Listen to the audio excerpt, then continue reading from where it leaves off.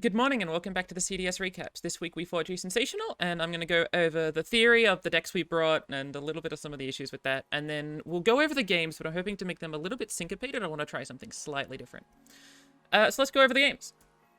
My team, as we hopefully are aware, is Gwen, Leona, Draven, Nilla, Kennen, Lucian, Sejuani, Kaisar, Gangplank, and the Poro King, and the Windstep Warriors, aka Jasensational, are on Janna, Yasuo, Karma, Katarina, Nocturne, Fizz, Galio, Nico, Udyr, and Lee Sin.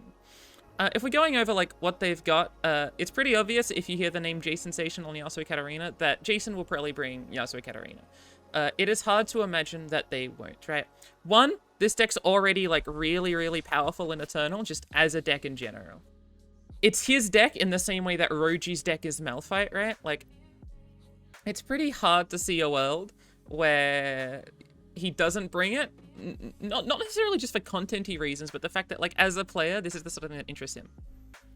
And then finally, into my lineup, it's actually quite good, right? It's like quite a good deck into the stuff that I'm doing. If you're thinking, like, it's good into Leona, because you just stun my mid-range stuff. It's good into Kaisar, you just stun Kaisar down. It's good into general Demacia Lucian stuff. It's good into Gangplank. It's good into Sejuani. It's gonna be good into a lot of the stuff generally, just because it's like an anti-mid-range deck, right? In fact, last week, he brought this as well as Janna Nocturne and Udyr Galio. And I think it's important to keep in mind that last week his opponent was FTP Bust, who has a very similar lineup to I. If you don't remember, FTP Bust is the guy that's got either triple time lanes or triple Yordle aggro. That's pretty much entirely what FTP Bust has got going on. And so if you compare that to what I've got, which is also either mid-range or aggro, it's sort of the same thing, right?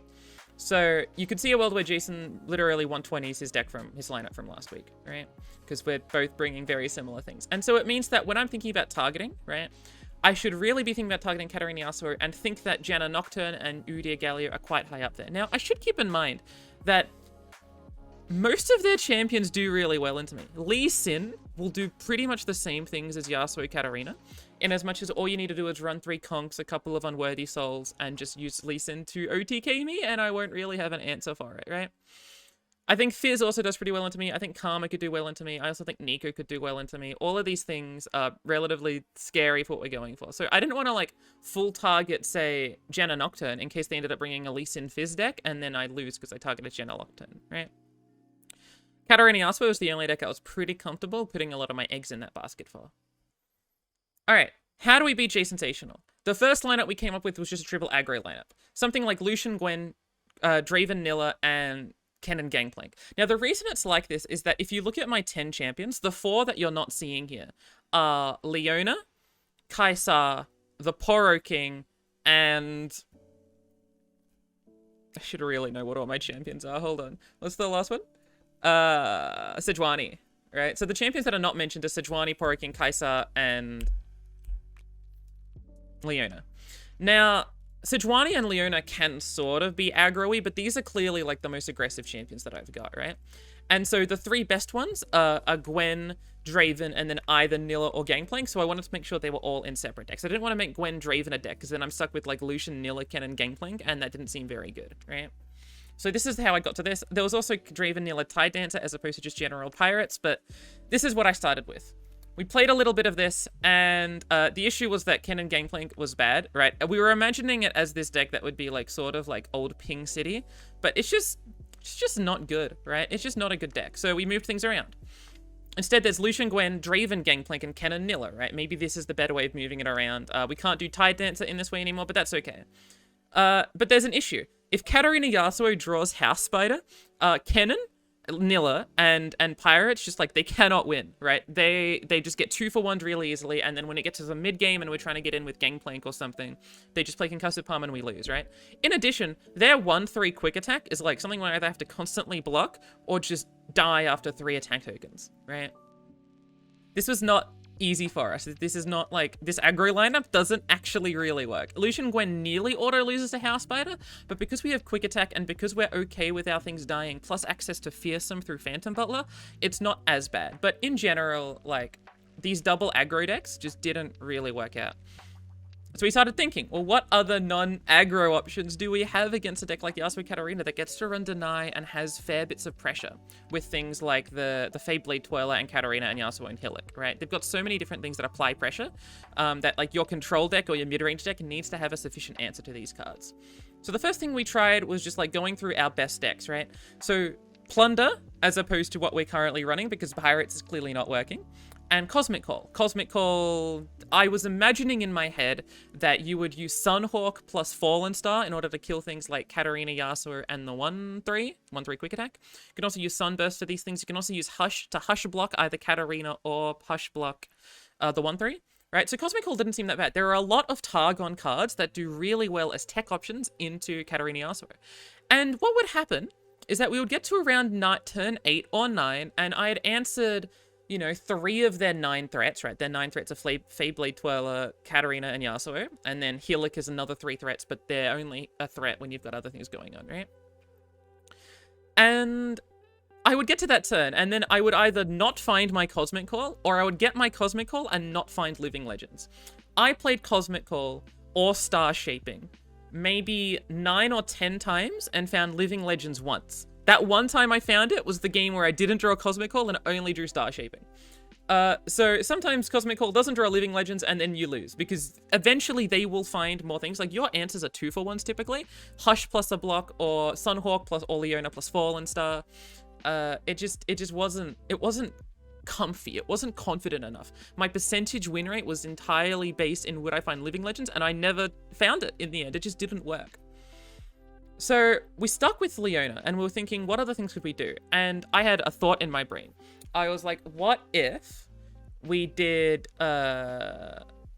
like BB Divine Judgment, like the Dave Bow deck. BB plus Divine Judgment, and then we just play like 3 warning shots and we win, right? Could this sort of combo deck work? Because Yasuo Katarina doesn't have something like a silence. They don't really have ways of like interacting with this combo outside of recalling the keg when you've got Make It Rain on the stack or nopifying the Make It Rain, and that's something you're sort of okay with. So that was one of the lines, right? We didn't end up playing with this because as soon as we said like BB Cosmic Call or BB Divine Judgment, we started messing around with this deck and we were like, hold on, why don't we just play Shellfolk? Shellfolk's another like turn 6 win-con archetype. So we ended up with a Shellfolk. We decided to do Lucian, Gwen, Sejuani, Gangplank, Shellfolk. Kennen could go with a bunch of other things. It could go with Leona, because you could run things like Behold the Infinite, Cosmic Call, as well as like the interaction piece we were talking about, like Hush and Falling Star, right? So Targon Shellfolk is a very like safe option for interacting with them.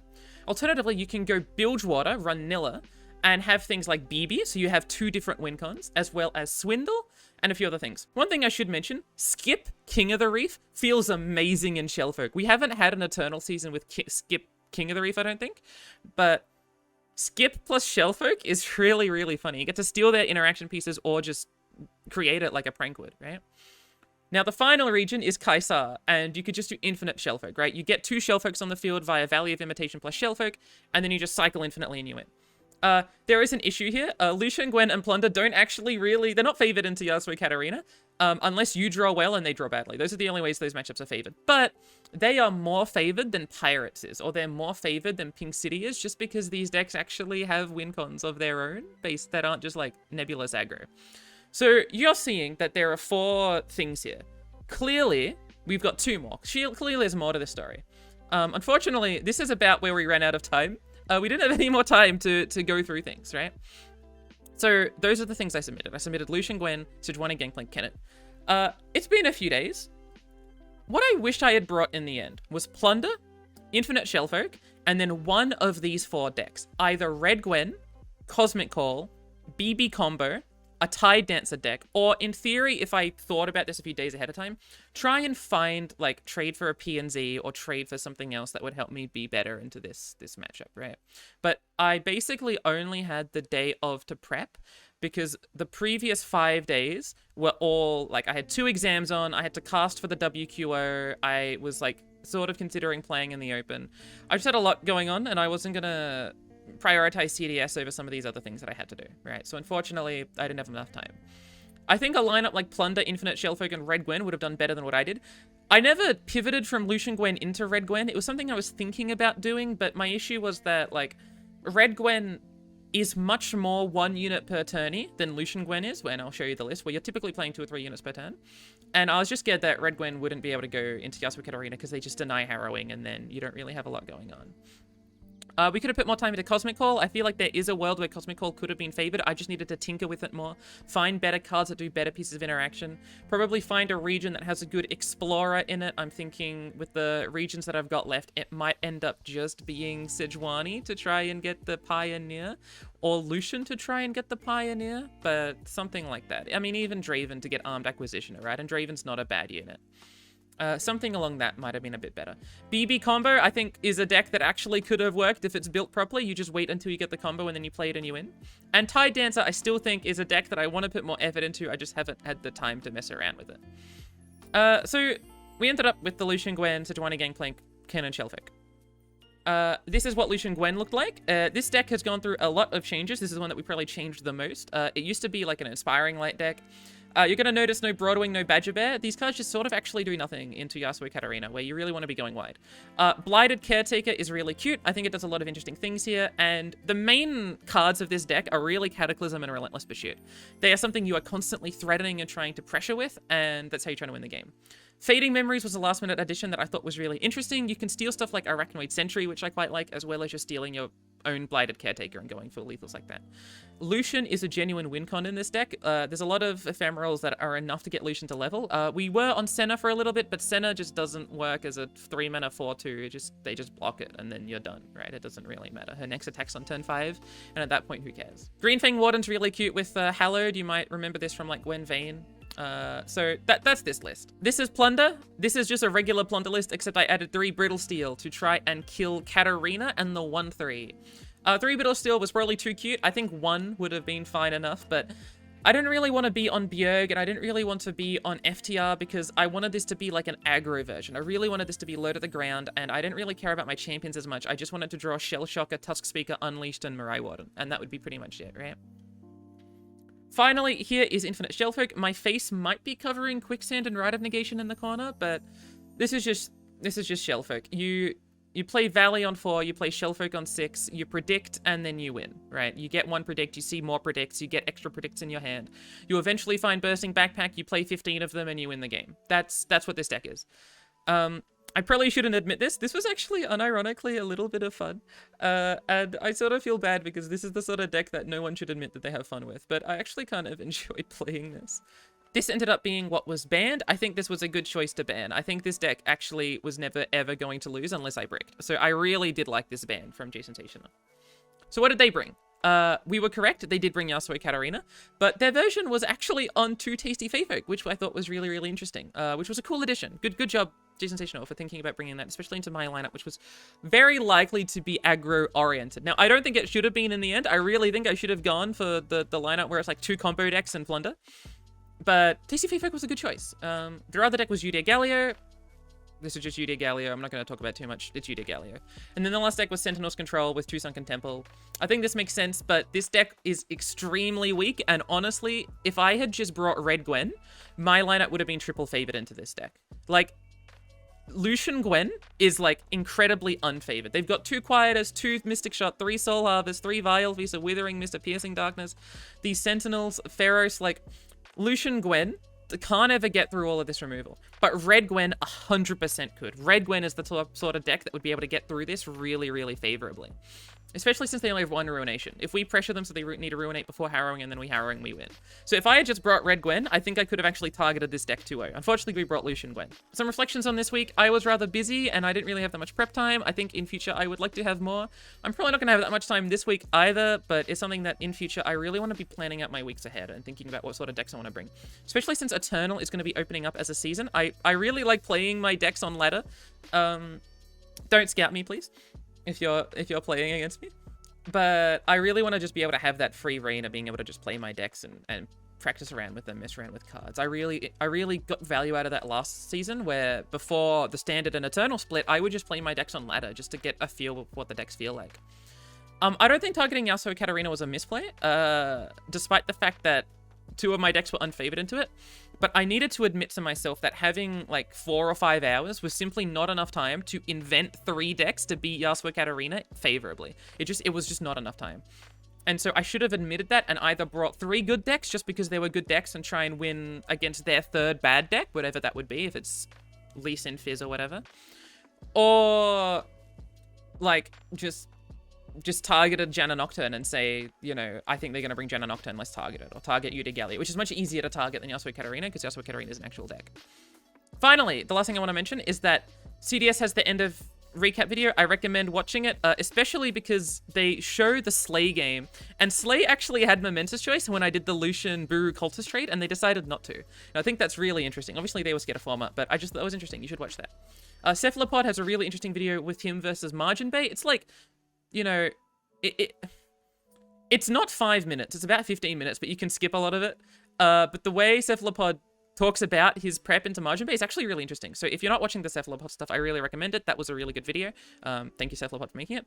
And unironically, FTP Bust is actually a pretty good channel. I hadn't heard of it before CDS.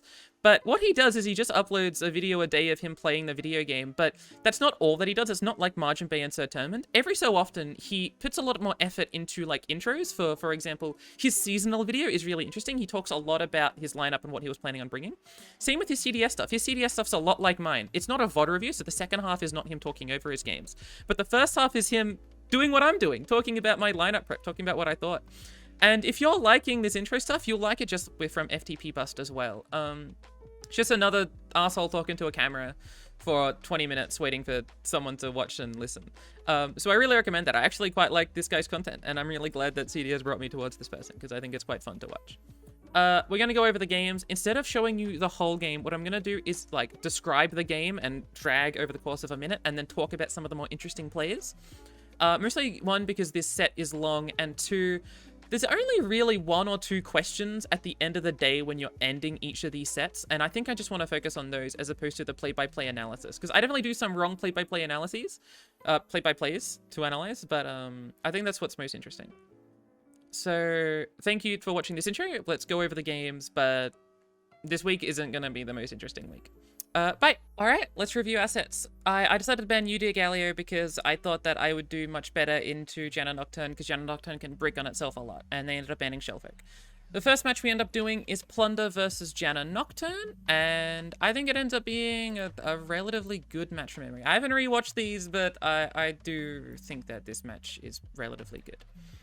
Our mulligan, let's quickly make sure we see the mulligan. Excuse me. How do you move 10 seconds forward? Okay.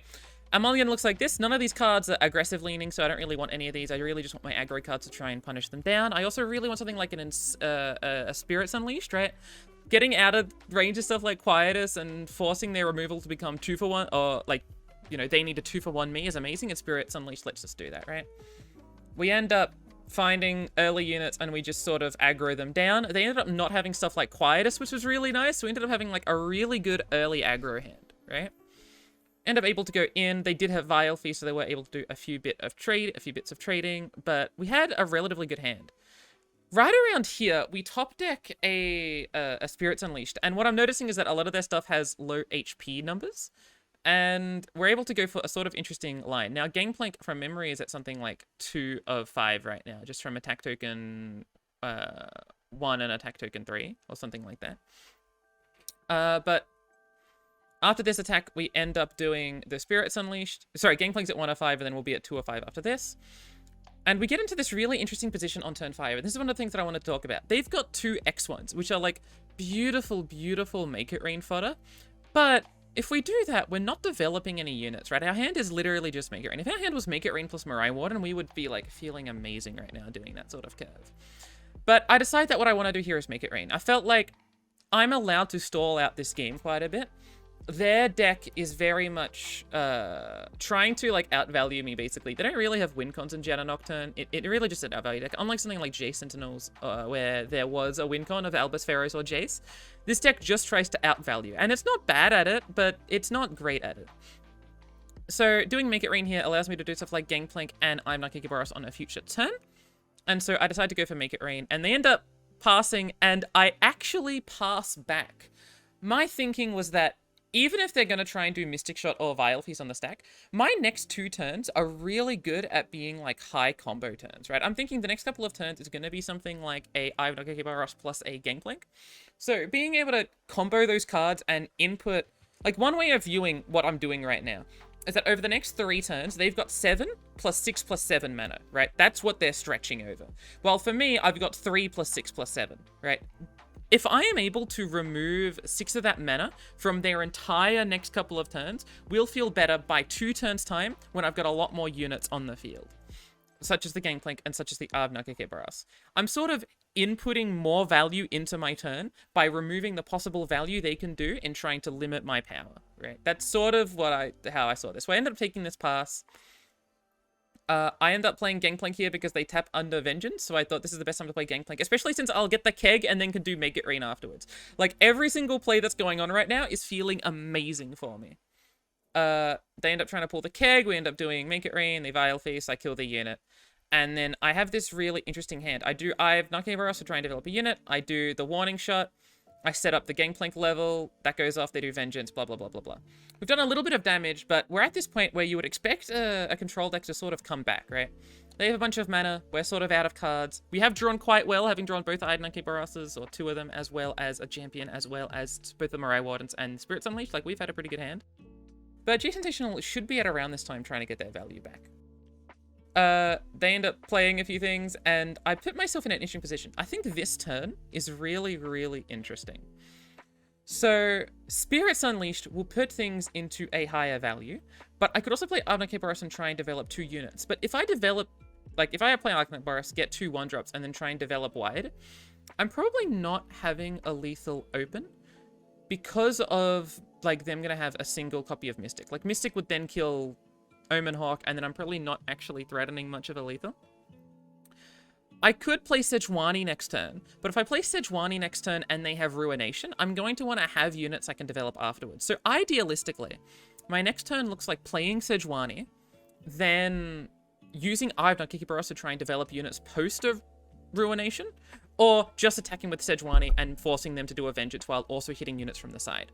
This means that I think the best play right now is actually Spirits Unleashed, despite the fact that it's the only one that does not add that much tempo. It's like the least tempo play now, because I don't want to have too much value on the field at once for them to get a positive interaction with, and I want to be able to pressure them after they do something like a Ruination or a Vengeance. So I ended up doing Spirits Unleashed, and I quite like this play. They play Janna, I top deck a Shell Shocker, and then here I play Sejuani, right? This is the whole point of this play. After this, if they do Ruination, I can do Shell Shocker plus Baras, and if I do it in the other way around, I Baras into Shell Shocker, and I draw like a 1-drop, I can actually... No, I can't. Never mind. I lied. I could still develop 2 units and go in, right? Or I could just do Baras and go in for 4 damage. I slurred that word so hard. Holy shit, I'm not Baras. We play Sejuani, they play Mayim, but I'm in another weird position. This Eye of Baras is like so much better if it's a 4/4 compared to buffing this unit +2/+2.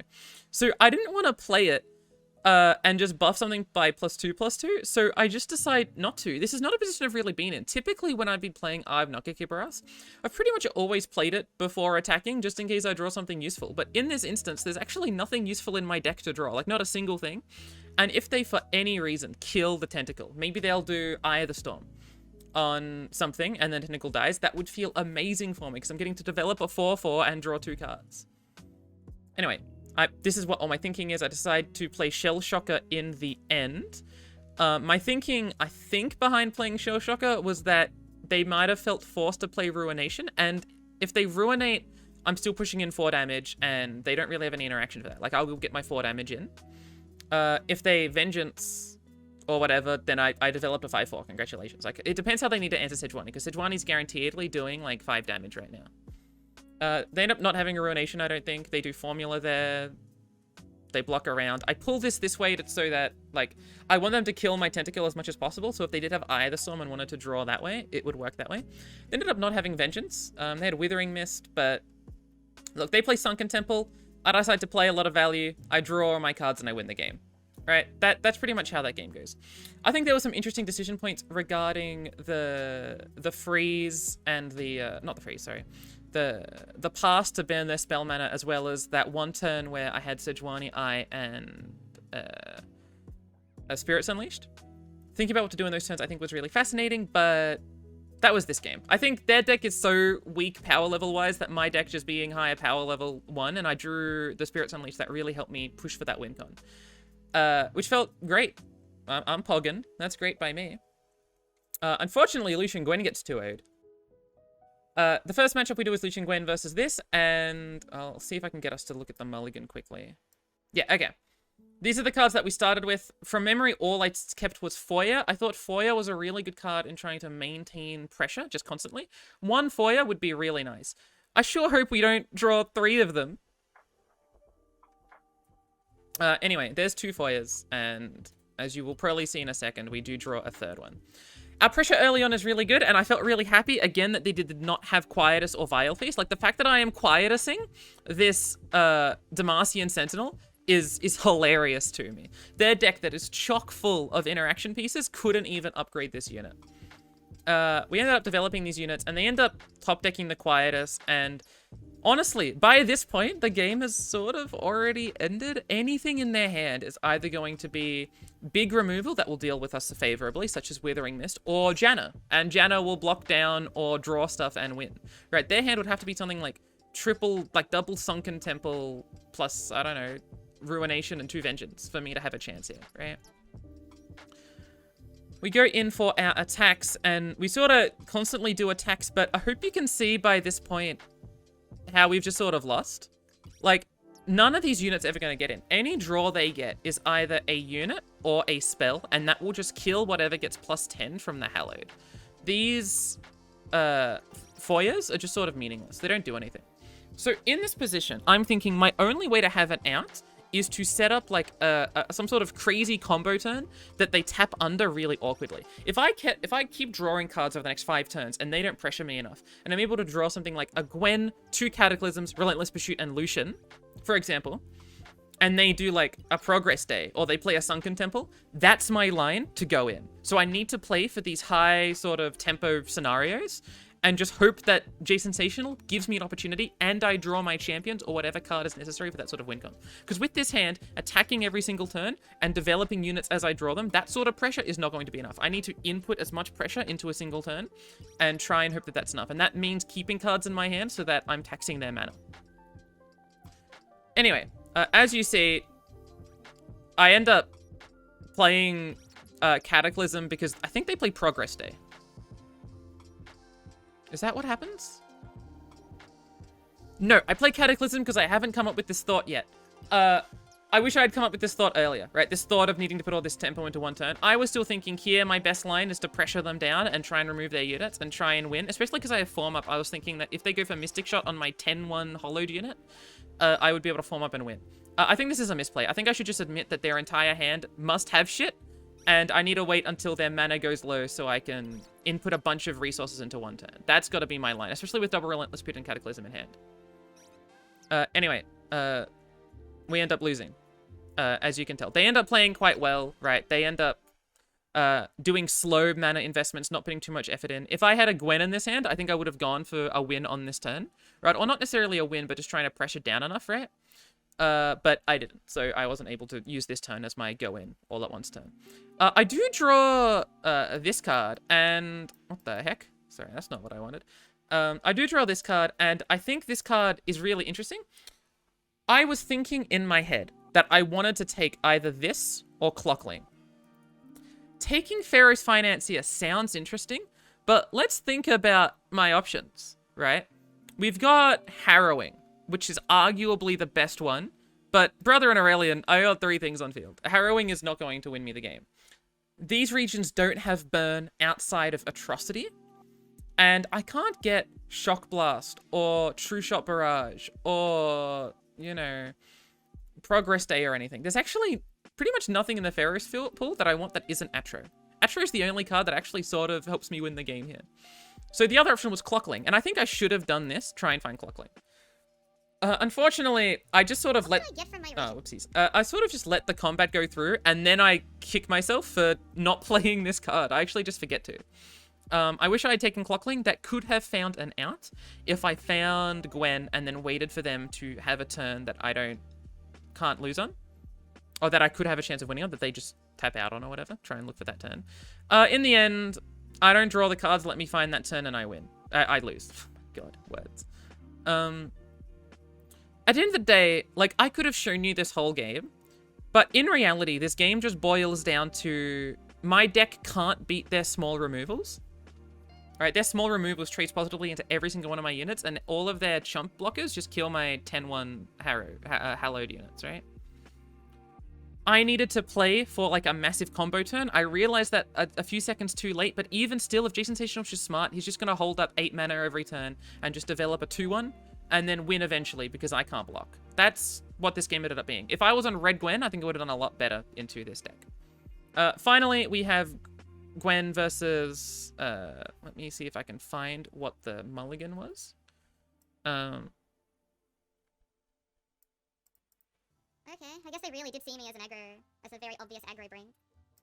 Okay, I think this is a good mulligan. I just wanted to have early aggro units, and if they draw House Spider, I lose. That's pretty much what happens. It's not entirely true, but generally speaking, if they draw House Spider, I lose. Now, there is 10 minutes of this game. It does get slightly more interesting, but you can tell that my lineup wasn't going to really beat Jasensational. It wasn't really cut up to the cloth. We play early units, they play House Spider, we lost. I end up doing Quietus here because we have 2 Quietuses, and I felt like I needed to pressure quite a bit. I Quietus this unit as well. They play Fey Folk, I play Gwen. I do interesting things where they do a twin and I, like, glimpse block the Lucian, right? And we're actually not that bad at dealing damage right now, although they flock this Gwen. Now, I do form up on Gwen to try and save her. I think this is a misplay. I think I'm supposed to keep form up for something else later. Although, I guess I don't have Gwen in hand. I think I top deck Gwen next turn, and that definitely changes how I felt. But I thought I had Gwen in hand when I was making this decision. I don't top deck Gwen. I do, yeah, there's the other Gwen that I get. Look, we attack in, we're trying to pressure damage. They do an interesting block with Fey Folk, and they flock Gwen again. This is their second flock. And doing form up sort of puts Gwen into flock range again. That's one of the reasons I think form up in Gwen could have been wrong. But they do second flock on Gwen, and then I'm in a weird position. I sort of want to glimpse to draw off Gwen, but I decide not to. My thinking here is that I thought if I played Gwen plus Rally, I would be able to force them to block with Yasuo. I'm pretty sure this is wrong. I don't think that's true. Let me listen to myself, because I'm actually curious what I say here. Imagine if this was Red Gwen. Let me get back a bit. Let me think, because this is... And I had a lot of thinking that I needed to do here, and I'm curious what I ended up deciding on. I only got 1 holo, really? Okay. So like this. Expecting Steel Tempest on Gwen, a block from Fey Folk somewhere. Another flock, really? Another flock is fucked up. What the fuck? I can do Glimpse, but like we can see the Steel Tempest in hand. We know that they can just do that in response. I can follow it up with a Gwen plus a Rally, which would push in the proper amount of damage, or force them to block with Yasuo, but any card in their deck prevents them from dying. Which means I almost like inalienably need to find something else. Maybe the format is just always bad. Imagine if this was Red Gwen. Alright, we're gonna have to wait. We're gonna have to wait and find cards like Blighted Caretaker and try and combo off those. In addition with our Foyer. Like, I think that's our plan. So one of the reasons we don't do Glimpse on the Gwen is that they've got Yasuo Steel Temper, so that, like, prevents the draw. I need to do sort of Glimpse beyond when that's possible. That second flock sort of fucked me up, and I think that sort of sealed the game. I couldn't really imagine a world where I was going to win anymore. So again, we're back in the Janna Nocturne scenario where I need to find a time where I can win. Like, I need to wait for them to tap under or give me an opportunity. And that opportunity is minor, but I basically have to draw until I find enough cards that let me do a combo turn. And then they play Katarina, and then I fucking lose. Because I can't kill Katarina. And I can't do, like, this block plus this to prevent Katarina from leveling because they've got, like... Or I can do prevent Katarina from leveling, but they're going to prevent the Glimpse, and I really needed Glimpse to go off. I could talk about plays that I could have done here. There's a moment where I misplay with the Gwen because I forget that Gwen will be stunned. Like, they do this Blade's Edge, and I'm like, I don't need to glimpse Gwen just yet. But I forget that when Katarina is replayed, Hillick will proc again. I just forget that happens, and if I forget that, that means Yasuo will deal 2 damage and force Katarina to be able to use the second Blade's Edge in order to kill Gwen. So I was supposed to glimpse right now. But in the end of the day, it doesn't matter. Glimpsing Gwen would not have found me a way to win the game. And then I lose, right? This is when I realized that I have to glimpse now, but it meant I should have done it beforehand or do it during the block or whatever. In the end, that's game, right? And that's it. I don't know if this format is good. I felt like this format definitely feels rushed, but I think, like, watching the games, I don't think it would have improved enjoyment. At the end of the day, the Plunder game, I played Spirits Unleashed and I did well. And the Lucian Gwen's just like, the decks weren't strong enough, and I had to rely on the incredibly niche ways of winning, which is hoping that they tap under and we've got enough cards in hand that lets us do like a 13 mana combo and they've only got 5 mana remaining or something, right? And that just wasn't going to happen. And I think that, like, had I just had more time, I would have been able to think about a better deck. I'm not too upset that we lost. We're actually still second on the leaderboard right now. There's only one player that has gotten 2 wins. Every other player is 1-1, except one player that's got 2 losses. And because we went 2-1 in our second week and 2-0 in our first week, we've got the most possible points for someone that's 1-1. We've got 4 points. 3 from going 2-0 and then 1 from being 1-2'd. But that's it. Tell me if you like this format. I think it's sort of bad, the format of me just describing things, but it's something I wanted to try out, and I thought this would be a good time to try it out because I don't really think that these games are particularly interesting outside of those, like, individual decision points. But yeah, okay, bye. See you next week.